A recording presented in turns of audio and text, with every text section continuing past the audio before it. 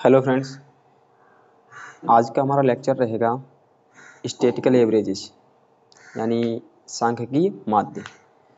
तो आज डिटेल में हम सांख्यिकीय माध्य जितने भी जिस तरीके से माध्य निकालेंगे, यानी सतत श्रेणी से निकालेंगे, असतत श्रेणी से निकालेंगे, जो भी माध्य हमारे गुणोत्तर माध्य होता है, हरात्मक माध्य होता है, माध्यिका होती है, बहुलक होता है, तो ये जो भी हैं इससे संबंधित जो भी पॉइंट हैं उसका एक एक करके डिस्कस करेंगे। ये लेक्चर सांख्यिकी का बहुत ही इम्पोर्टेंट लेक्चर रहने वाला है। आइए हम इसकी वन बाय वन इससे क्या क्या पॉइंट हैं, इसके जो महत्वपूर्ण पॉइंट हैं उससे चर्चा करते हैं।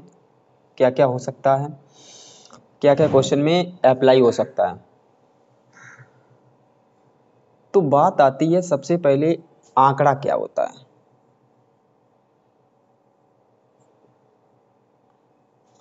आंकड़ा आपका दो प्रकार का होता है। पहला आपका आंकड़ा होता है वो होता है अवर्गीकृत आंकड़ा। अवर्गीकृत आंकड़ा। दूसरा आपका आंकड़ा होता है वर्गीकृत।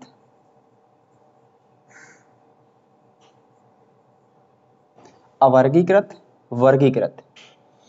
तो अवर्गीकृत आंकड़े में क्या होता है, अवर्गीकृत आंकड़े में बारंबारता यानी एफ नहीं होती है। जो अवर्गीकृत आंकड़ा होता है उसमें बारंबारता नहीं होती है। वर्गीकृत जो आंकड़ा होता है उसे हम दो प्रकार से लिखते हैं। एक तो आपका उसमें होता है असतत आंकड़ा, दूसरा उसमें होता है सतत आंकड़ा। तो आंकड़ा आपका होता है दो प्रकार का, डाटा जिसे बोलते हैं, डेटा बोलते हैं। डेटा आपका आएगा अवर्गीकृत आएगा, वर्गीकृत आएगा। अवर्गीकृत वाले में बारंबारता नहीं होती है, बट इन दोनों में बारंबारता, उसमें भी बारंबारता होती है, इसमें भी बारंबारता होती है। जो असतत जो आंकड़ा होता है, असतत आंकड़ा होता है, इसमें वर्ग अंतराल नहीं होता है। वर्ग अंतराल में कोई डाटा नहीं दिया गया होता है। लेकिन जो सतत आंकड़ा होता है उसमें जो इसमें वर्ग अंतराल में नहीं डाटा होता है, इसमें डायरेक्ट डाटा दिया गया होता है, x का मान डायरेक्ट होता है। लेकिन सतत जो डाटा होता है उसमें वर्ग अंतराल के रूप में डाटा दिया गया होता है। इतनी बात आपके समझ में आ रही होगी, क्योंकि बहुत सारी कंफ्यूजन यहाँ पे आती है कि सतत असतत क्या होता है, सतत क्या होता है। ध्यान रखना, अवर्गीकृत आंकड़े में बारंबारता नहीं दी गई होती है, उसमें हम डायरेक्ट x का मान दिया गया होता है, डायरेक्ट कुछ डाटा दिया गया होता है, उसे हम प्लस करते हैं और उससे हम समांतर माध्य, माध्यिका है, जो भी बहुलक है, जो चीजें हैं वो हम निकाल लेते हैं। लेकिन वर्गीकृत आंकड़े में कुछ फार्मूले होते हैं, उन फार्मूलों के हिसाब से हम क्या करते हैं, उन फार्मूलों के हिसाब से हम डाटा को निकालते हैं, जो भी हमें पूछा गया होता है। अब बात आती है कि आंकड़ा अवर्गीकृत, जो हम वो क्वेश्चन के अकॉर्डिंग हम बता देंगे आपको कि वर्गीकृत आंकड़ा कहाँ पे, आपको समझ में आ जाएगा। ठीक है, अब हम बात करते हैं, सबसे पहले बात करते हैं अवर्गीकृत की। जो आंकड़ा अवर्गीकृत होगा,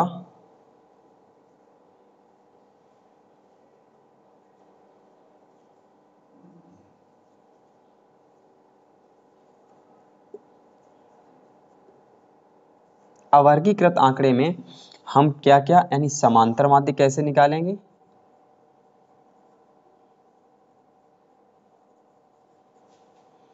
दूसरा पॉइंट माध्यिका कैसे निकालेंगे यानी माध्यक कैसे निकालेंगे, तीसरा पॉइंट बहुलक कैसे निकालेंगे।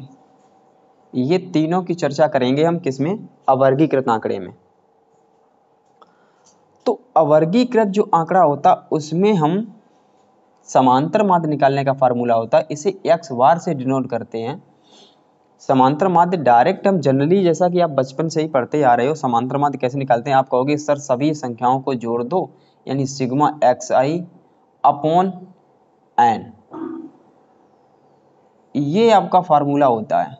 इसमें f नहीं होती है, यानी पदों की संख्या बटे पदों का योग बटे पदों की संख्या, पदों का योग बटे पदों की संख्या, नीचे लिखते हैं संख्या को। इस तरीके से हम समांतर माध्य निकालते हैं। माध्यक कैसे निकालते हैं? माध्यक का फार्मूला आपका, माध्यक आप देखते हैं माध्यक को, माध्यक क्या होता है? माध्यक आपका दो प्रकार से निकलता है। दो प्रकार से कैसे? एक तो पदों की संख्या सम हो, यानी पद सम हो। जब पद सम हो तब एक फार्मूला लगेगा, और पद विषम हो तब फार्मूला लगेगा। लेकिन माध्यिका आप तभी निकाल पाओगे जब आंकड़े को अवरोही क्रम में लिखो, या तो आंकड़े को अवरोही क्रम में लिखो या आरोही क्रम में लिखो, या तो बढ़ते हुए क्रम में लिखो या घटते हुए क्रम में लिखो। ये बात समझ लो पहले। अवरोही मीन्स घटता हुआ क्रम, आरोही मीन्स बढ़ता हुआ क्रम। किसी एक क्रम में लिख दो इसे, तभी आप माध्यिका निकाल पाओगे। अगर पद सम होगा, यदि पद सम है, उस कंडीशन में माध्यिका यानी मीडियन m बराबर होता है n बटे 2वां पद प्लस n बटे 2 प्लस 1 वां पद बटे 2। माध्यिका का ये फार्मूला कब लगेगा? जब पद सम होंगे। जब पद विषम होंगे उसके केस में माध्यिका का फार्मूला क्या होगा? तो उसके केस में माध्यिका का फार्मूला होता है n प्लस 1 पूरे के बटे 2 वां पद। ये आप तभी आप अप्लाई कर पाओगे, ये विषम वाला ये सम वाला तभी अप्लाई कर पाओगे जब पद आरोही या अवरोही क्रम में लिखे हो, अन्यथा आप नहीं कर पाओगे। ये लेक्चर आपका फार्मूला वेस्ट होगा, इसमें सभी फार्मूले बता देंगे, कौन कौन से फार्मूले लेक्चर में आगे जो भी क्वेश्चन में यूज होंगे, और वो फार्मूले आप समझते हैं। तो अगर समांतर माध्य दिया गया होगा तो ऐसे निकालोगे आप। माध्यक निकालना हो तो पद अगर सम होंगे तो ये फार्मूला लगा देना, विषम होंगे तो ये वाला फार्मूला लगा देना। सबसे पहले आंकड़े को अवरोही या आरोही क्रम में लिखते हैं, ठीक है। अब बात आती है बहुलक की। बहुलक आप कैसे निकालोगे? बहुलक आप अवर्गीकृत आंकड़े में बहुलक आप निकाल देना। आप उसमें ये देखना कि किस नंबर की बारंबारता सबसे अधिक आ रही है, यानी बारंबारता जिसकी सबसे अधिक आएगी, जिस पद की बारंबारता अधिक आएगी, भाई हमारा क्या होगा? आंसर होगा। सिंपल सी बात ये है। बहुलक क्या होता है? बहुलक का मतलब ये होता है, बहुलक की परिभाषा अगर तुमसे कोई पूछे तो कहना कि जिस पद की बारंबारता सबसे अधिक होती है वही बहुलक कहलाता है। जिस पद की बारंबारता सबसे ज्यादा होगी वही क्या होगा? बहुलक होगा, वही हमारा आंसर होगा, ठीक है। तो ये इस तरीके से हम क्या करते हैं बहुलक। अगर हम चाहें तो बहुलक अगर तुमसे बताएं निकालने के लिए 2 2 3 4 5 6 फिर 2, तो अब इस आंकड़े का बहुलक बताओ क्या होगा? आप कहोगे कि सर 2 यहाँ पर दिखाई दे रहा, 2 यहाँ पर दिखाई दे रहा, 2 यहाँ पर भी दिखाई दे रहा, तो हम क्या करेंगे? इसमें सबसे ज्यादा अधिक बार कौन सा अंक आया? 2 आया, तो इसका बहुलक क्या हुआ? इसका बहुलक हो जाएगा, इसका बहुलक बराबर हमारा आंसर हो जाएगा 2। इसका मतलब इसका बहुलक 2 हो जाएगा। बात समझ में आ रही हो? ये अवर्गीकृत आंकड़े के ये फार्मूले हैं, इसमें कहीं पे आपको एफ नहीं दिखाई देगी, यानी ना तो वर्ग अंतराल दिखाई देगा ना फिर बारंबारता दिखाई देगी। तो पहले से मैंने कह दिया अवर्गीकृत आंकड़े में बारंबारता नहीं होती है, नहीं दी गई होती है। तो ये आपका। अब हम बात करेंगे वर्गीकृत आंकड़े की। वर्गीकृत आंकड़ा देखते हैं, उससे कौन कौन से फार्मूले बनेंगे, कैसे फार्मूले बनेंगे वो बताते हैं।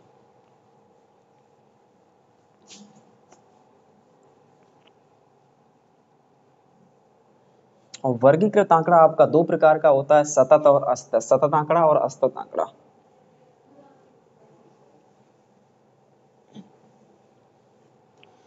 देखिए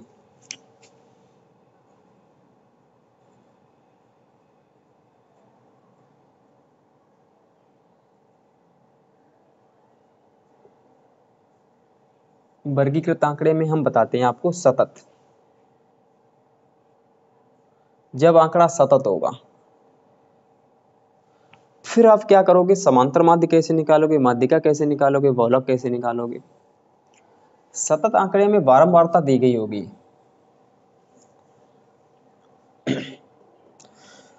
सबसे पहले बात करते हैं समांतर माध्य की।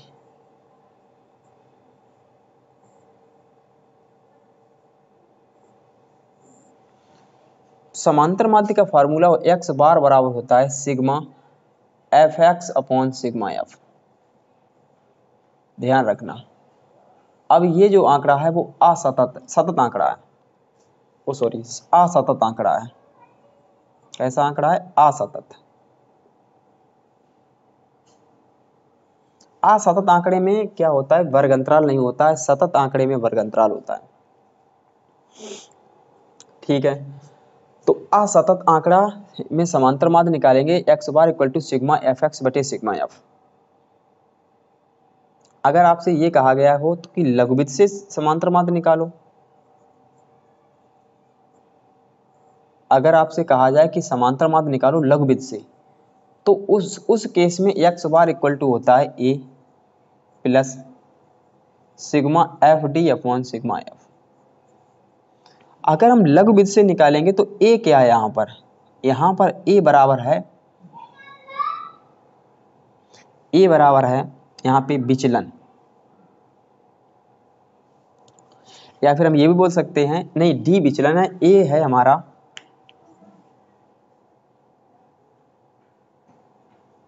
पदों में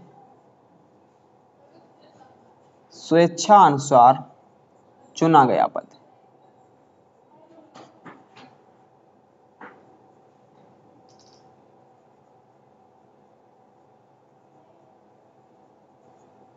स्वेच्छा अनुसार चुना गया पद। डी क्या है यहाँ पर? वैसे डी इक्वल टू होता है एक्स माइनस ए, डी बराबर एक्स माइनस होता है, ये डी क्या होता है? यही तो होता है विचलन, ये विचलन होता है। ए हमारा होता है एक्स वाला जो टर्म होगा, जब हम बताएंगे क्वेश्चन को लगवाएंगे वहां पे आपको बहुत अच्छे से समझ में आ जाएगा। A plus sigma F D upon sigma F, ये लघुविधि का फार्मूला होता है। तो समांतर माध्य इन फार्मूलों से निकाल लेंगे। अब बात आती है माध्यिका की। माध्यिका आप कैसे निकालोगे? माध्यिका में पदों की संख्या काउंट कर लेंगे, माध्यिका में पदों की संख्या काउंट कर लेंगे। और माध्यिका में ध्यान रखना ये संचयी बारंबारता निकाला जाता है। माध्यिका को हम बता देंगे डायरेक्ट ये कैसे लगाते हैं, वही फार्मूला अप्लाई हो जाएगा आपका अवर्गीकृत वाला। उसके बाद में आता है हमारा बहुलक। बहुलक भी आप डायरेक्ट निकाल सकते हो, बहुलक में जो जिसकी बारंबारता ज्यादा मार होगी भाई उसका बहुलक हो जाएगा। उसके बाद में सतत आंकड़े से क्या करेंगे? सतत आंकड़े से निकालेंगे समांतर माध्य। वो देखो नंबर 2 में आपका आएगा सतत। उससे समांतर माध्य कैसे निकालोगे? उससे भी समांतर माध्य हम क्या करेंगे? सतत आंकड़ा दिया होता है तो उसमें वर्ग अंतराल होता है, उसके लिए भी यही फार्मूला हम अप्लाई कर सकते हैं, ये भी फार्मूला उसके लिए अप्लाई कर सकते हैं। मात्र आपका माध्यिका और बहुलक का आप समझो। इसके लिए माध्यिका का फार्मूला क्या होगा वो देख लो भाई।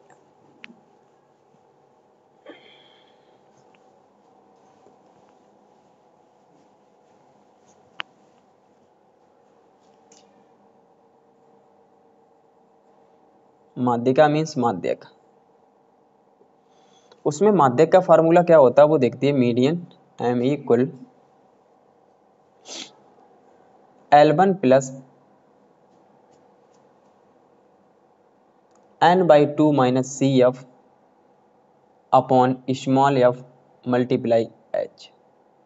ये आपके माध्यिका का फार्मूला होता है जब आंकड़े वर्गीकृत हों, वर्गीकृत सतत हों, तब ये फार्मूला लगाते हैं। यहाँ पे जो n होता है, n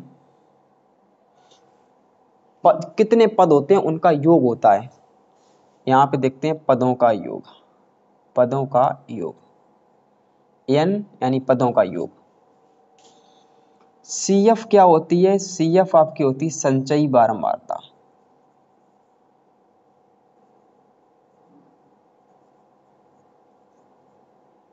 CF होती है संचयी बारंबारता। स्मॉल f होती है वर्ग अंतराल की बारंबारता।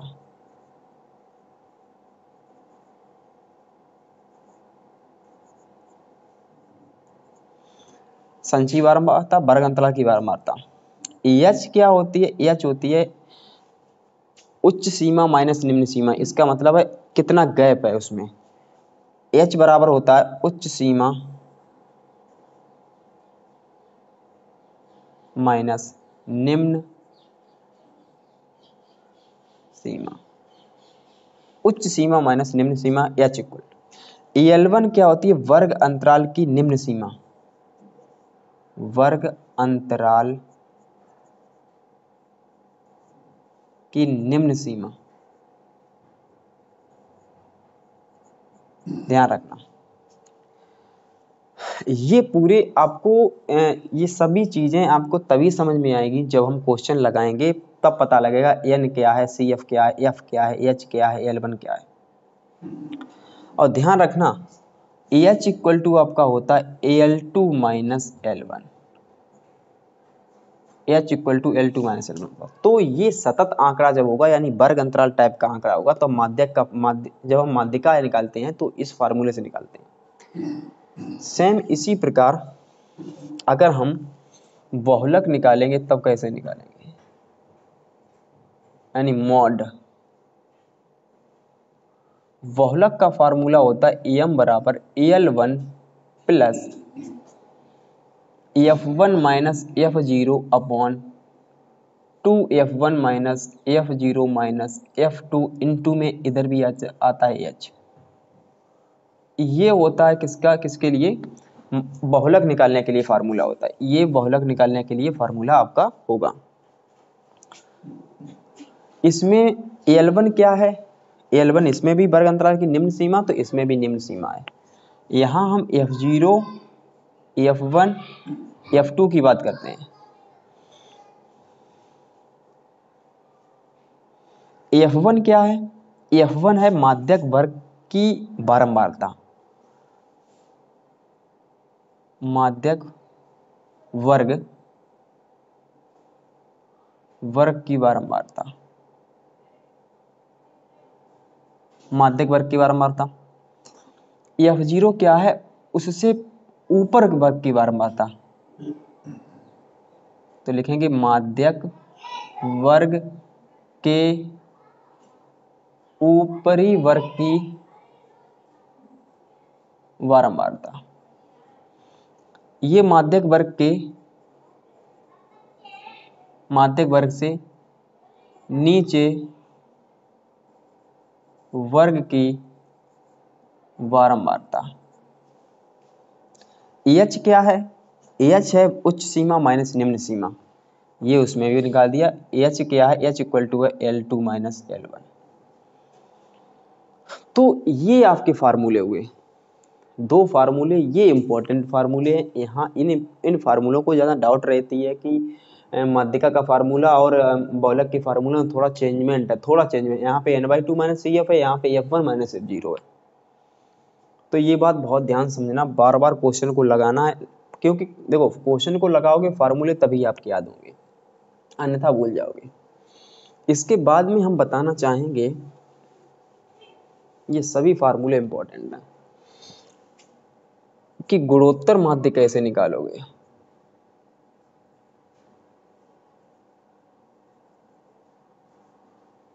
गुणोत्तर माध्य, अगर कोई नंबर दिया गया है, मान लो गुणोत्तर माध्य यानी GM, अगर बहुत सारे नंबर दिए गए, x3 dot dot dot dot ला n नंबर दिए गए, इतने n नंबर 1 से लेकर n तक n नंबर दिए गए, इसके गुणोत्तर माध्य कैसे निकालेंगे? तो इसका गुणोत्तर माध्य का फार्मूला होता है, इतने पद दिए गए हैं, इसके गुणोत्तर माध्य का फार्मूला होता है x1 x2 x3 dot dot dot dot xn, इन सभी को गुणा में लिख दो और इसकी पावर कर दो 1/n।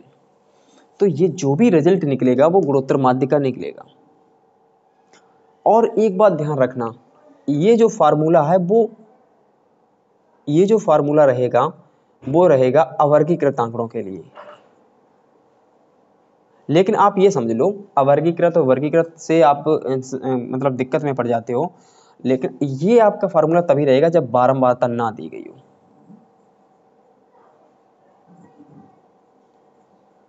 जब बारंबारता ना हो तब ये फार्मूला आप लगा देंगे। वैसे अगर बारंबारता दी गई होगी तो गुणोत्तर माध्य का फार्मूला हो जाएगा sigma log x upon n। तो आपका फार्मूला हो जाएगा sigma log x upon n. बहुत ही ध्यान से आप समझना, ये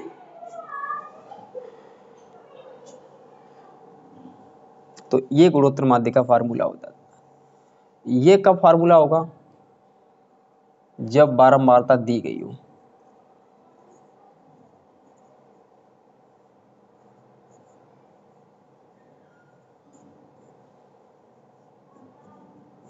जब बारंबारता दी गई हो।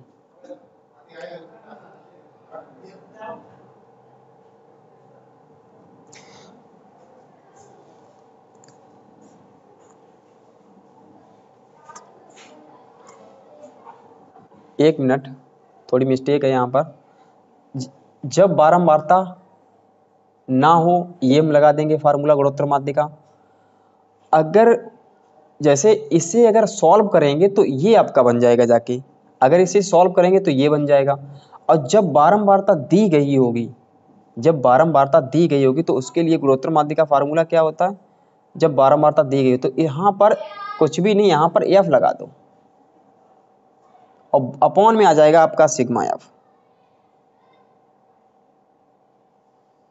और ध्यान रखना, और इसके बाहर में आपका लगा होगा एंटी लॉग, एंटी लॉग। ये फार्मूला तब लगेगा जब बारंबारता दी गई हो तो ये फार्मूला लगाएंगे, जब बारंबारता ना दी गई हो तो ये लिखेंगे या फिर ये फार्मूला लगा देंगे। आपको पहले से मालूम है, इसमें बारंबारता नहीं दिखाई दे रही, इसमें भी बारंबारता नहीं दिखाई दे रही, तो बारंबारता ना दी गई हो तो ये फार्मूला, बारंबारता दी गई हो तो ये वाला फार्मूला, इसका एंटी लॉग बाहर लगा होगा। ठीक है, इसके बाद हम क्वेश्चन पे चलते हैं। क्वेश्चन क्या क्या हैं वो देखते हैं।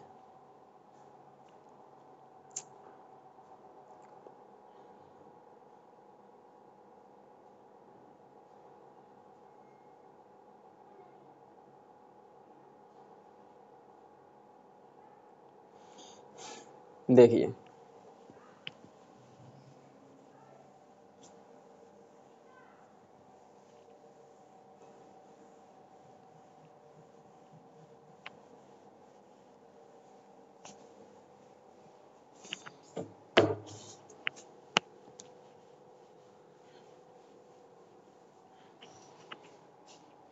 पहला आपका क्वेश्चन इसी का है, बहुलक, बहुलक क्या होता है? मैंने आपसे पहले ही बता दिया बहुलक से आपका क्या तात्पर्य है, बहुलक की परिभाषा बताओ।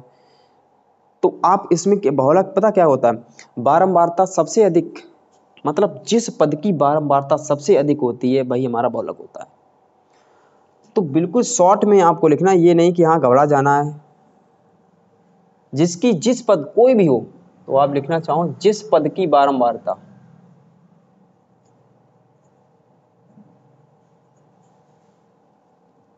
जिस पद की बारंबारता सबसे अधिक होती है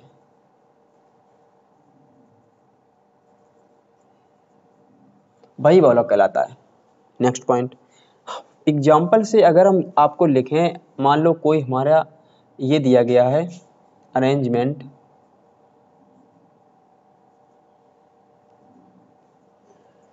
इस टाइप से दिया गया। अगर हम आपसे ये कहें कि बताओ इसका बहुलक क्या होगा, यानी मॉड क्या होगा, फिर आप देख के बताओगे कि कौन सा पद ऐसा होगा जो सबसे ज्यादा बार आया है। 2 हमारा 2 बार आया, 3 हमारा 3 बार आया, इसका मतलब इसका आंसर हो जाएगा 3। बात समझ में आ रही? जिस पद की बारंबारता सबसे अधिक होगी वही बहुलक होगा। नेक्स्ट क्वेश्चन, इसमें दिया गया माध्यिका ज्ञात कीजिए। इसमें दिया गया 46 है, 65, 86, 41, उसके बाद में 58, 77, 35, 91, 54, 92, 32। क्वेश्चन कह रहा है इसकी माध्यिका बताओ क्या होगी। माध्यिका पूछे या माध्यक पूछे, दोनों बात एक ही है। मैंने आपसे पहले ये कहा था कि माध्यिका निकालने के लिए आपको पदों को आरोही या अवरोही क्रम में लिखना पड़ेगा, या तो बढ़ते हुए क्रम में लिखो या घटते हुए क्रम में लिखो। चलो अच्छा, हम इसे आरोही क्रम में लिखते हैं। आरोही क्रम होता हमारा बढ़ता हुआ क्रम। कोई से क्रम होना चाहिए, कोई सा हमारा कोई सा ऑर्डर होना चाहिए, या तो बढ़ता हुआ होना चाहिए या घटता हुआ होना चाहिए, ये बात समझ लो आप। चलो हम सबसे पहले छोटा वाला नंबर देखते हैं 32, उसके बाद में 32 के बाद में 35, तो ये 32, 35, उसके बाद में 41, 41 के बाद में आपका आएगा 46, 41 हो गया, 46 हो गया, उसके बाद में आपका 46 के बाद में आपका आएगा 54, 54 के बाद में आपका आएगा 58, 58 के बाद में आपका आएगा 65, फिर आएगा 77, फिर आएगा 86, फिर आएगा 91, फिर आएगा 92। तो ये हमारा एक सीक्वेंस में लिख चुका है, इसे आरोही क्रम बोलते हैं। अब हम माध्यिका निकालते हैं। पहले पदों को काउंट करो, 1 2 3 4 5 6 7 8 9 10 11, 11 पद। इसका मतलब है n का मान कितना है 11। 11 कैसा होता है, सम होता है विषम होता है? कहोगे सर विषम होता है। अगर 11 विषम है तो माध्यिका का फार्मूला आप लोग जानते ही हैं। माध्यिका का फार्मूला होता है विषम के लिए आपका क्या होता है, n+1/2 वहां पद। तो n की वैल्यू क्या है, n की वैल्यू 11 है। 11 में 1 जोड़ देंगे, बटे में हो जाएगा 2, बराबर हो जाएगा 12/2 वां पद। 12/2 वां पद, इसका मतलब होता है छठवां पद। और अब आप काउंट करो, 1 2 3 4 5 6, तो छठवां पद हमारा कौन सा है, 58। यही हमारा आंसर हो गया। अगर यहीं पे 11 सम पद होते तो दूसरा फार्मूला में लगाना पड़ता, विषम है तो ये फार्मूला में लगाना पड़ेगा, n+1/2 वां पद। तो छठवां पद कौन सा है, छठवां पद हमारा 58 है, तो आंसर हो गया 58। इसमें बारंबारता नहीं, बारंबारता के लिए टेबल बनानी पड़ती है, उसके लिए माध्यिका निकालने का फार्मूला अलग होता है। बताते जाएंगे, सब्र रखिए, आप धीरे धीरे से सब आपको क्लियर करा देंगे, ठीक है। इस मॉडल पेपर के 2 वीडियो बनेंगे, 2 लेक्चर बनाने पड़ेंगे, क्योंकि ज़्यादा बड़ा लेक्चर हो जाएगा फिर, तो 2 लेक्चर बना देंगे और आज ही आपका कंप्लीट करवा देंगे इसे।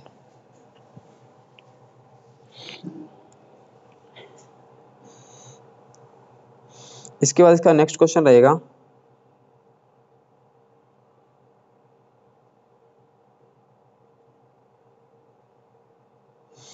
Question number 4। देखते हैं इस क्वेश्चन को। हमें निकालना है इसका समांतर माध्य। देखते हैं, टेबल बनाते हैं इसके लिए। समांतर माध्य निकालने के लिए टेबल भी बनानी पड़ेगी, क्योंकि एक तो हमारा इसमें दिया गया है x, एक दिया गया इसमें f। तो x दिया गया इसमें 24, 25, 30, 33, 38, उसके बाद में 45, ये x है। f दिया गया 20, 23, 18, 13, 3, 1, ये दिया गया है क्या, f। आपको समांतर माध्य निकालना है, और समांतर माध्य बता बिल्कुल साधारण विधि से निकालना है, बिल्कुल कुछ भी नहीं करना, आपको साधारण विधि से समांतर माध्य निकाल लेना है। साधारण विधि इसकी क्या होती है भाई, साधारण विधि जिसमें आपकी बारंबारता दी गई हो और वर्ग अंतराल ना दिया गया हो। बारंबारता दी गई है तो कौन सा लगा देंगे हम, बारंबारता अगर ना दी गई होती तो हम लगाते सिग्मा x/n, और इसमें बारंबारता दी गई है तो सिग्मा fx/f। समांतर माध्य का फार्मूला सिग्मा f(x/f), ये हमें फार्मूला अप्लाई करना पड़ेगा। उसके लिए हमें देखो यहाँ पर देखिए इधर इसे अगर हम जोड़ेंगे तो ये हमारा निकलेगा सिग्मा f। सिग्मा का अर्थ होता है योग करना। अगर हम कहते हैं सिग्मा x तो सभी को जोड़ना पड़ेगा, अगर हमने कह दिया सिग्मा f तो इस f को जोड़ना पड़ेगा। इधर हमारा क्या है, एफ एक्स आ रहा है, तो एफ और एक्स, एफ का गुणा हम एक्स में करेंगे तभी तो एफ एक्स आएगा, इन दोनों का गुणा करना पड़ेगा। फिर आप क्या यहाँ पे कौन सा, हम जब सिग्मा हम बोल एफ एक्स बोलेंगे तो सिग्मा एफ एक्स के सभी पदों को हमें इस वाले सभी पदों को जोड़ना है ब्रो, यहाँ पे मैं लिखना है। ठीक है, पहले में से ही जोड़ लेते हैं। तो ये आपका आ जाएगा जाके 3 8 3 11 3 14 14 4 18 हासिल 1 2 2 4 1 5 1 6 7, तो ये आपका आ जाएगा 78। सिग्मा एफ की वैल्यू आ गई 78 और सिग्मा एफ एक्स की वैल्यू पहले यहाँ पे गुणा करते हैं, 24 दूनी 48 यानी 480, 25 तियो 75 और 25 दूनी 50, 50 और 7 होते हैं 57 यानी 575, 18 तियो 54 यानी 540, 13 तिया 39 और 13 तिया 39, 39 3 होते हैं 42, 429, 3 अट्ठे 24 और 3 तिया 9 2 11, 45 एकम 45। तो ये आपका कंप्लीट इनका गुणा कर दिया मैंने। देखो जल्दबाजी में आपका गुणा हो जाता है, हालांकि हम सब सभी को जानते हैं, हम पे भी गलती हो सकती है, गुणा देखो सभी को आता है बट जल्दबाजी में गलती होती है। देखते हैं 5 5 और 5 5 10 14, 14 9 होते हैं 23 हासिल 2, 8 2 10 10 17 4 21 2 23 1 24 24 4 28 की 8 हासिल लगी 2, 4 2 6 6 5 11 11 5 16 16 4 20 20 1 21 यानी 2183 आपका ये आंसर आ गया। तो आपको वैल्यू पता लगी सिग्मा एफ एक्स की और सिग्मा एफ की, दोनों की वैल्यू आपको पता लगी। हम क्या करेंगे यहाँ पर देखिए,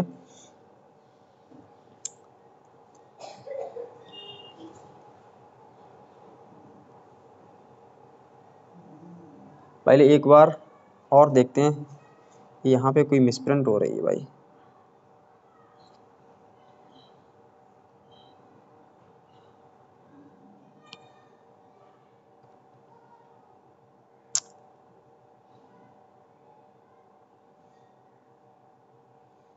इसमें कंप्लीट क्वेश्चन नहीं दिया गया है।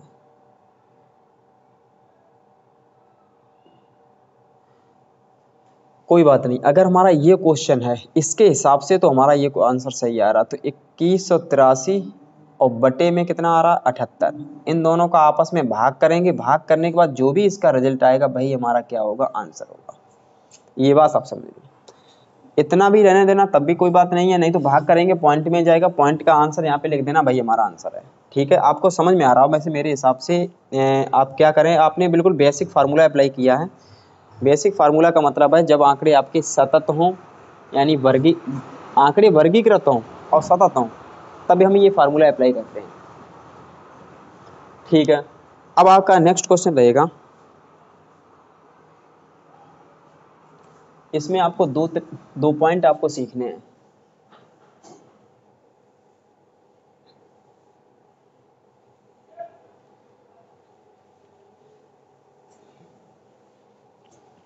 देखिए 5वां क्वेश्चन,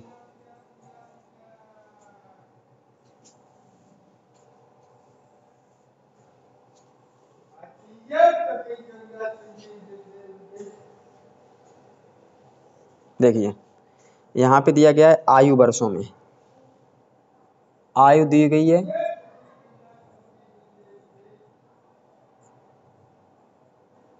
इसी को मान लेते हैं x। छात्रों की संख्या, संख्या की कहीं पे बात आए तो उसे हमेशा f मानेंगे। इसमें दिया गया है 11 12 13 14 15 16 17, उसके छात्रों 2 2 4 6 10 8 7 4, इस तरीके से। ध्यान देना, हमें इसमें 2 पॉइंट निकालने हैं। अब बता देते हैं कौन कौन से पॉइंट हमें इसमें पॉइंट निकालने हैं।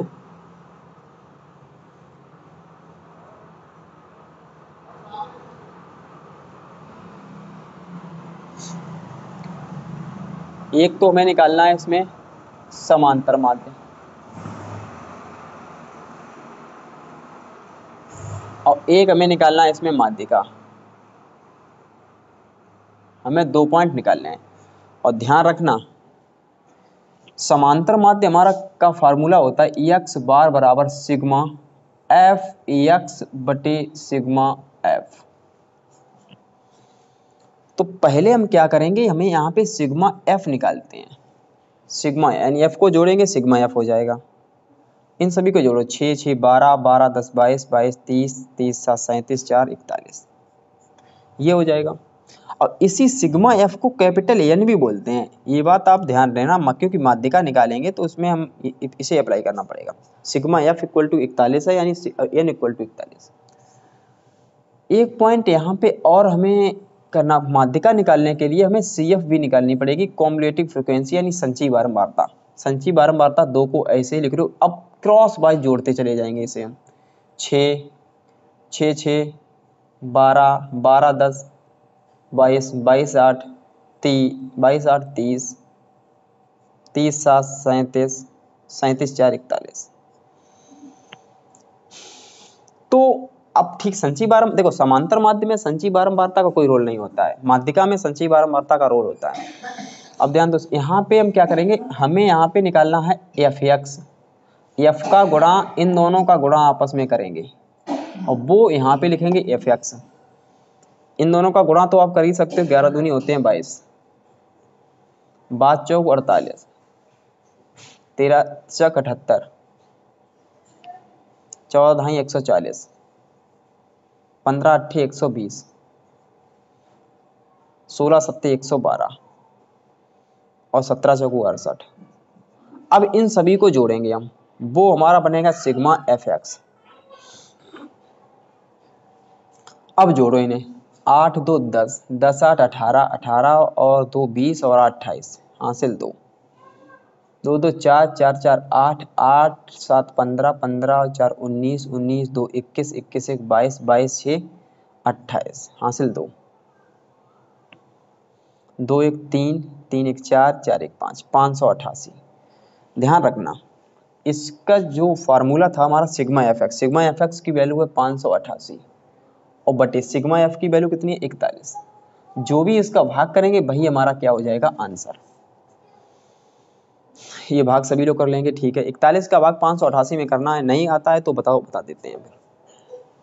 देखो ऐसे भी कर लेंगे, या 41 यहाँ पे लिख लेंगे, 588 यहाँ पे लिख लेंगे। एक बार जाएगा 41, 7 बचेगा, इन 17 बचेगा 8, शायद समथिंग ये 4 बार जाएगा, 4 एकम 4 4 चौकू 16, 5 बार तो जाएगा नहीं क्योंकि यहाँ पे बचेगा 4, यहाँ पे 14 बचा, पॉइंट लगाओ, यहाँ पे एक हो गया 140।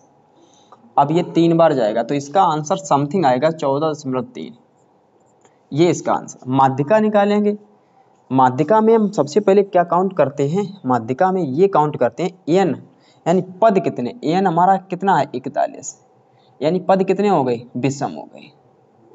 और विषम का फार्मूला होता है हमारा, विषम का फार्मूला होता है माध्यिका का, माध्यिका बराबर n+1 अपॉन 2 वां पद, और एन कितना 41 + 1 बटे 2 वां पद। 41 1 42, 42 का मतलब 21वां पद। अब 21वां पद देखो यहाँ पे, अब 21वां पद आपको किसमें, इस वाले में काउंट करना पड़ेगा। 21वां पद कहाँ पे आएगा, 21वां पद आपका यहीं पे तो आएगा, इसके सीधे पे देखो पहले आगे आंसर क्या आ रहा 14, तो इसका आंसर हो जाएगा कितना 14। एक बात ध्यान रखना, जब भी आप माध्यिका निकालोगे तो संचयी बारंबारता में पदों को काउंट किया जाएगा। देखो ये 12 तक यहाँ पे है, 12 के बाद यानी 21वां पद कहाँ पे आएगा, 12 में तो होगा नहीं 21वां पद, 21वां पद 22 वाले में होगा, 22वें वाले में 21वां पद होगा। तो 22 के सीध पर देखो ये इसमें एक्स वाले टर्म में अगर यहाँ पे होता कितना निकलता, यहाँ पे निकलता 30वां पद, तो 30 के सामने देखे तो आंसर इसका 15 होता। अब इसका 21वां पद है, 21वां पद यहीं पे होगा, 22 तक यहाँ पे होगा, जैसे ही 23 आया 23 इसमें पहुंच जाएगा, तो 22वां पद यानी 21वां पद हमारा कहाँ पे 14, 14 हमारा आंसर क्या हो जाएगा, वो हमारा आंसर हो जाएगा 14। तो इस तरीके से आप इसे कंप्लीट करने की कोशिश करो आगे, तब तक आप नोट करिए।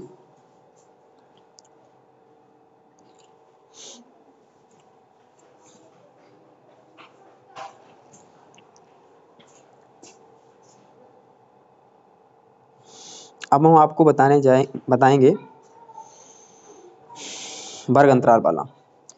और वर्ग अंतराल के जितने भी क्वेश्चन होंगे, वर्ग अंतराल से जितने भी क्वेश्चन होंगे, समांतर माध्य के हों, बहुलक के हों, माध्यिका के हों, वो आपके एक नेक्स्ट लेक्चर में कंप्लीट कर दिए जाएंगे। नेक्स्ट लेक्चर में आपका पूरा ये सांख्यिकी जो माध्य है, स्टैटिस्टिकल एवरेजेस चैप्टर है, पूरा मॉडल पेपर खत्म हो जाएगा।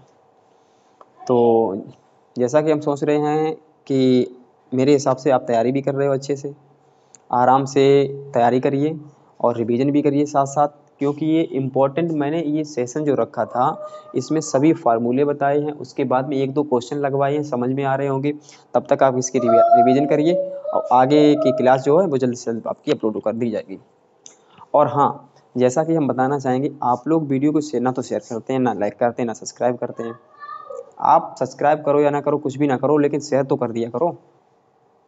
शेयर करने से ऐसा होता है, देखो तुम्हें लाभ मिल ही रहा है, दूसरे बच्चों को भी लाभ मिल जाएगा, ना हमारे पास से कुछ चला जाएगा ना तुम्हारे पास से। तो ठीक है, तो लाइक किया करो, शेयर किया करो, सब्सक्राइब भी किया करो साथ में। धन्यवाद।